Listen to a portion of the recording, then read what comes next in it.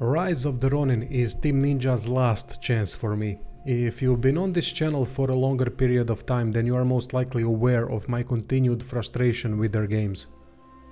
When Nioh 1 launched, I was blown away. Such combat in a third-person action RPG was something we haven't seen before. Instantly made me a fan, as I have invested hundreds of hours in it, despite its obvious drawbacks. Simply, combat was something never seen before in this genre. Then Nioh 2 came about, and this is when it hit me. Team Ninja can't do any better. Instead, they have accepted being known for their combat, with everything else except character leveling system being dog shit. That includes balancing, difficulty, writing, story, missions, map progression, and whatever else you can think of.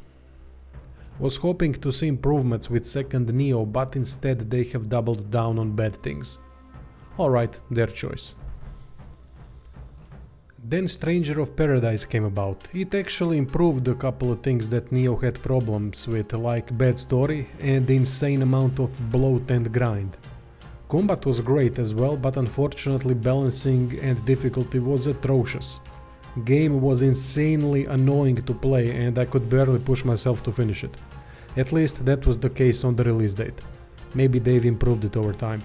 Combat was too fast for its own good, with such terrible and most importantly annoying difficulty design, something Team Ninja has been struggling the most with probably.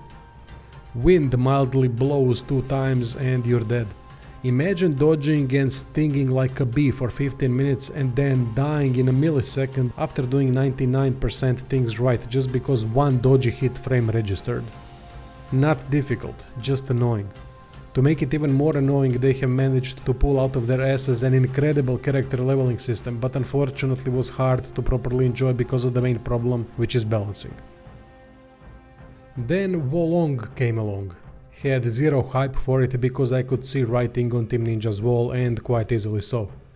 Same issues like Nioh, with combat being slightly worse, and obvious fact that the game was an asset flip, with so many reused things from Nioh. Special moves that made weapons feel very distinctive in Nioh were now a thing of the past. It was an important system that allowed incredible amounts of freestyle approach to combat, but in Wolong they have dumbed it down to basic levels when talking about Team Ninja's games that always made incredible things combat-wise. Don't need to mention that they have utterly failed again in balancing and difficulty. With repetitiveness from Nioh coming back big time, Wolong became boring and much quicker than ever before. What is incredible is how, despite Wolong being a step back from Nioh, that they again managed to come up with a different character leveling system that was much better and added a couple fantastic mechanics.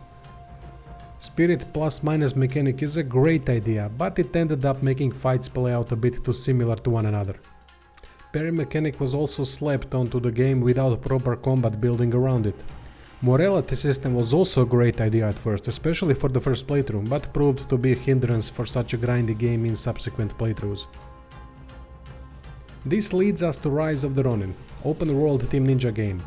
Combat looks pretty much the same as in every title mentioned in this video, which is not a bad thing. Gonna be interesting to see what mechanics they implement to make the fights more technical and methodical. They always come up with something incredible, but with that hanging doubt of implementation and how it holds up after progressing in the game. If they manage to get balancing and difficulty design right this time, we might finally get a great game from Team Ninja, and I would love that. With an open world, they will probably ditch the horrid repetitive New Game Plus system from Nioh and Wolong with a potentially meaningful story.